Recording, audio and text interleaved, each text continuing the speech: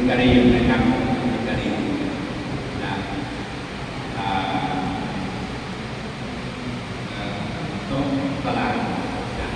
โต๊ะตลาดเดินทางทำการ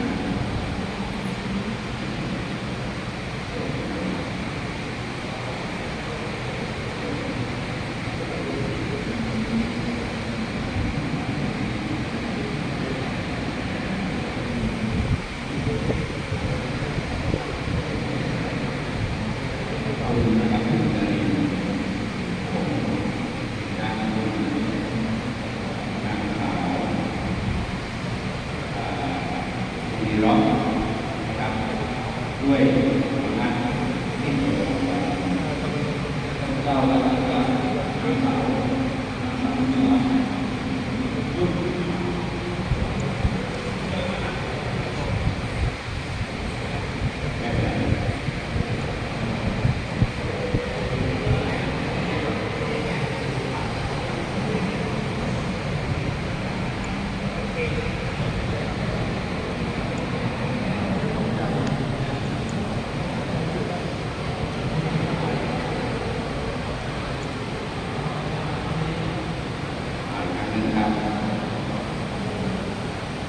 คุณ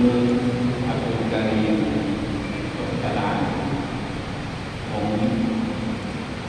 ได้รับข้อมูลจากทางวารีครับซึ่งชื่อนักโกวารีครับเป็นรวมแล้วก็คุณแม่กับอาลิมะอับพายกับทำการบริการผู้นางสาวมุนีร้องเป็นรวมด้วยพระราชกิจเอาไว้ข้าพเจ้ารับการนางสาวมุนีร้องด้วยพระราชกิจการ